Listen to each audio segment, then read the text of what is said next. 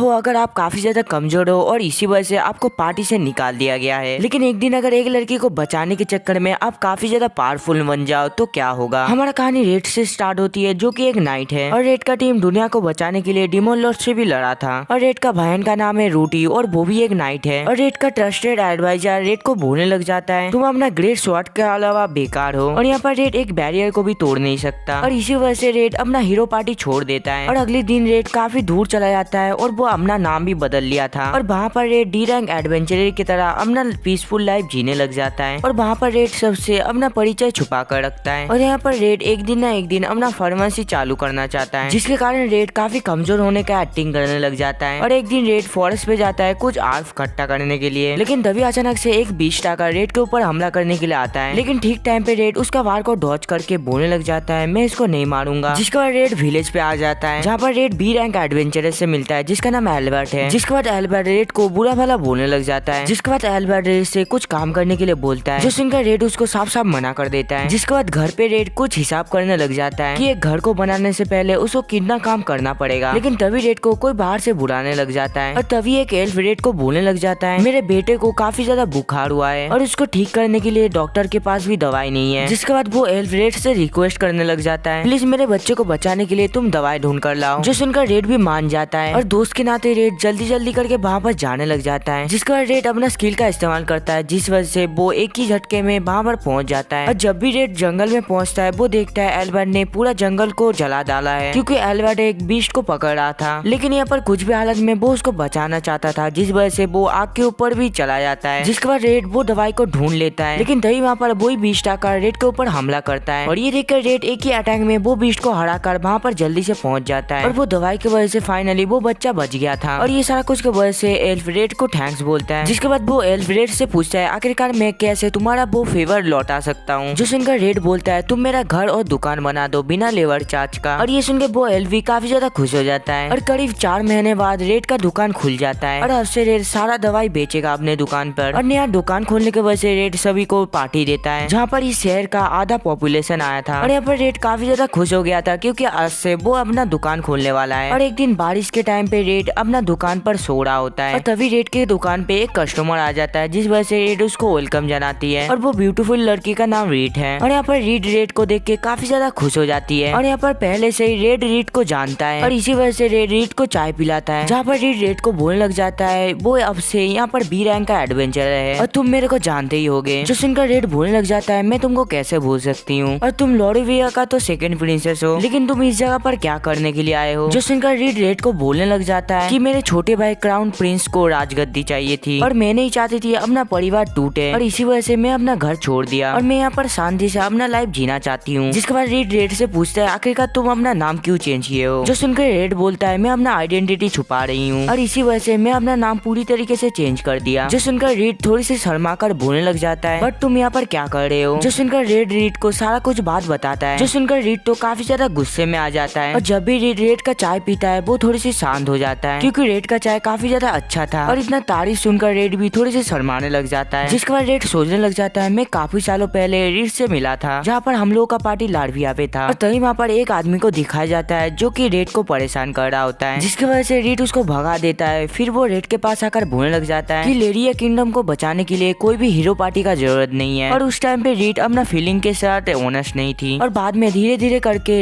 Red के पास आ जाता है। एक दिन रात पे रेड के कैंप पर आता है जहाँ पर रेड को बोलने लग जाता है अचानक से एक गाँव पे कुछ विलेजर गायब हो गया है, जो सुनकर रेड बोलने लग जाता है मेरे को लगता है ये सारा कुछ डीमन लॉर्ड के आर्मी कर रहा है और लगता है डीमन लॉर्ड लाइबेरिया के ऊपर अटैक करने के बारे में सोच रहा है। जिसके बाद रेड बोलता है डीमन लॉर्ड से लड़ने के लिए तुम लोगों का पार्टी को सिलेक्ट किया गया है और लगता है डीमन लॉर्ड ने पूरा हमारे किंगडम को घेर कर रखा है और दूसरे साइड लाइबेरिया का जनरल डिसाइड करता है हम लोग डीमन लॉर्ड के सेना के ऊपर छुपकर हमला करेंगे। जिसके बाद जनरल सभी हीरो पार्टी को सामने रहने के लिए बोलता है और जो लोग छुपकर हमला कर रहा था डीमन लॉर्ड के सेना उन लोगों को खत्म कर देता है। जिसके बाद वही जनरल बोलने लग जाता है मैं ये सारा डीमन सोल्जर का लीडर हूँ और मैं इतना देर से इंसान के रूप में छुपा हुआ था। जिसके बाद वो सभी सोल्जर को बोलता है रीड को खत्म करने के लिए और सभी सोल्जर रीड को खत्म करने वाला था तभी वहाँ पर रेड आकर उसको रेस्क्यू कर लेता है और तभी सामने डीमन सोल्जर का लीडर एक बड़े से डीमन में कन्वर्ट हो जाता है। जिसके बाद रेड वो डीमन से लड़ाई करने लग जाता है और ठीक टाइम पे वहाँ पर रूटी आकर वो डीमन का 4 हाथों को काट देता है। जिसके बाद रेड पीछे देखता है जहाँ पर काफी काफी सारा सोल्जर मर गया था और ये देख कर वो काफी ज्यादा डर जाता है और बाद में रीड रेड के पास काफी ज्यादा रो रहा था, जहाँ पर रीड बोलने लग जाता है मेरी वजह से कुछ कॉमनर मारा गया है और इसके वजह से रीड अपने आप को ब्लेम करने लग जाता है। लेकिन तभी रेड उसको बोलने लग जाता है तुम ज्यादा चिंता मत करो, मैं तुम्हारा कंट्री को बचाने के लिए कुछ भी कर सकता हूँ, तो क्या तुम अपना कंट्री को बचाना नहीं चाहते हो? और रेड का बात को सुनकर रीड बोलता है हाँ मैं तुम्हारा मदद करूंगा और इसी वजह से वो लोग जीत गए। जिसके बाद रेड को बोलने लग जाता है तुम्हारी वजह से हम लोग विन किए थे। जिसके बाद रेड से पूछता है क्या मैं तुम्हारा दुकान पर काम कर सकता हूँ? जो सुनकर रेड थोड़ी सी नर्वस होकर बोलने लग जाता है एक बी रैंक एडवेंचरर को हायर करना काफी ज्यादा कॉस्टली होगा। जो सुनकर रेड बोलने लग जाता है मैं एडवेंचरर छोड़ दूंगा और जब भी तुम हब्स इकट्ठे करने के लिए जाते हो तुम्हारा दुकान बंद रहता है, तो मैं उस टाइम पे तुम्हारा दुकान का ध्यान रखूंगा। और ये सुनकर रेड लास्ट में मान ही जाता है। जिसके बाद रेड डिनर करता है और बाद में रेड बोलने लग जाता है क्या मेरे को हर दिन इतना टेस्टी खाना मिलेगा? जिसके बाद रेड बोलने लग जाता है मुझे यहाँ पर एक बड़ा सा बाथटब और एक बेड चाहिए। जो सुनकर रेड बोलने लग जाता है क्या तुम यहाँ पर रहने का सोच रहे हो? जो सुनकर रेड बोलने लग जाता है हाँ मैं तुम्हारे साथ यहाँ पर रहना चाहती हूँ। और ये सुनकर वहाँ पर कुछ देर शांति हो जाता है और बाद में रेड को काफी बड़ा झटका लगता है। जिसके बाद अगले दिन का सुबह का सीन दिखाया जाता है और जब भी रेड उठता है वो अपने बाजू पे देखता है जहाँ पर रीड सोया हुआ था और रीड को देखकर रेड थोड़ी सी शर्मा जाता है और थोड़ी देर बाद रीड भी जाग उठता है, जो देखकर रेड को गुड मॉर्निंग बोलता है। और खाने के टाइम पे रीड बोलता है चलो हम दोनों एक नया बेड खरीदते हैं। जिसके बाद वो दोनों एक बेड लेने के लिए एक स्टोर पर चला जाता है, जहाँ पर उस शॉप का ओनर रेड को बोलने लग जाता है तुमको कैसा बेड चाहिए, क्या तुमको डबल बेड चाहिए? और बाद में रीड को एक बड़ा सा डबल बेड पसंद आता है और तभी रीड रेड को पकड़ के बोलने लग जाता है अब से मैं रेड के घर पे रहने वाला हूँ। और ये सुनकर बाद में रीड भी थोड़ी सी शर्मा जाता है। जिसके बाद रेड छोटे छोटे सामान अपना आइटम बॉक्स पे डालकर यहाँ से बाहर निकल जाता है और जाते हुए रेड वही एल्फ का बच्चे को देखता है जिसका नाम टांटा है, जिसको कुछ लड़के बुली कर रहा था। और ये देखकर रेड उसको बचाने के लिए जाता है, लेकिन तभी वो बदमाश बच्चा रेड के ऊपर पत्थर फेंक के मारता है और ये देख के रेड अपना तलवार निकाल लेता है, जिस वजह से वो लोग भाग जाता है। और यहाँ पर टांटा को तो कुछ नहीं हुआ था, लेकिन उसका फ्रेंड को थोड़ी सी चोटें आ गया था। और तभी रेड के पास आ जाता है, जो देखकर डेंटा काफी ज्यादा शॉक्ड हो जाता है। जिसके बाद रेड डेंटा का दोस्त का मलम पट्टी कर देता है। जिसके बाद डेंटा का दोस्त बोलने लग जाता है कि आदमी हमेशा से इतना ज्यादा गुस्सा नहीं करता था। जो सुनकर रेड बोलने लग जाता है तो फिर उसका ब्लेसिंग जाग उठा है और जब भी किसी का ब्लेसिंग जाग उठता है उसका पूरा पर्सनैलिटी बदल जाता है। और मेरे को लगता है उसका ब्लेसिंग ब्लर ब्लोअर है और इसका मतलब वो किसी भी चीज को अपना हथियार के रूप में इस्तेमाल करता है। और ये ब्लेसिंग जिसके पास भी रहता है वो हर टाइम लड़ाई करता है और उसका बार काफी ज्यादा खतरनाक होता है। और ये सुनकर वो थोड़ी सी डर जाता है। जिसके बाद वो बोलने लग जाता है मुझे ऐसा ब्लेसिंग नहीं चाहिए। जो सुनकर रेड उसके पास जाकर बोलता है मैं समझती हूँ कभी कभार ब्लेसिंग काफी ज्यादा डरा देती है। और तभी रेड सोचने लग जाता है रीड के पास तो स्पिरिट का ब्लेसिंग है। और बाद में रेड उन दोनों को उससे बचकर रहने के लिए बोलकर यहाँ से जाने लग जाता है। जिसके बाद वो दोनों मेडिकल काउंसिल के पास जाता है एक न्यू पेन किलर का अप्रूवल लेने के लिए, लेकिन वो आदमी उन दोनों का अप्रूवल ना देकर उन दोनों को बाहर निकाल देता है। और बाद में वो दावा करता है मैं थोड़ी सी बिजी हूँ। जिसके बाद red chairman of the council के पास जाता है, लेकिन तभी वो बंदा बोलने लग जाता है मैं आपको अप्रूवल नहीं दे सकता क्योंकि हमने 1 महीने पहले एक चीज का अप्रूवल दिया था और वो चीज से अभी के टाइम पे काफी सारा गलत काम हो रहा है। और यहाँ पर रेड के साथ रेड था और वो भी बी रैंक का एडवेंचरर है, जिस वजह से उन लोगों को अप्रूवल मिल जाता है। जिसके बाद वो दोनों घर आता है जहाँ पर वो बोलने लग जाता है लेकिन हम लोग को कुछ ऐसा ट्रिक चाहिए जिसके मदद से हम लोग के पास काफी सारा कस्टमर आ जाए। जो सुनकर रेड उसको आइडिया देता है क्यों ना हम एक कुकीज को बनाए जिसके अंदर दवाई भी होगा। और उसका आइडिया सुन के रेड भी काफी ज्यादा इम्प्रेस हो जाता है। जिसके बाद रेड दवाई बनाने लग जाता है और इस दवाई से सर्दी जुकाम ठीक हो सकता है। और अगले दिन रेड सभी को फ्री सैंपल खिलाता है और ये कुकीज का कारण से रेड के दुकान पे काफी ज्यादा भीड़ लग जाता है और दोपहर से पहले उन लोग का स्टॉक भी खत्म हो जाता है। और वो दोनों इस चीज में सक्सेस हुआ था, जिस वजह से रेड काफी ज्यादा खुश हो जाता है और खुशी के कारण वो रेड को घुमाने लग जाता है। और रेड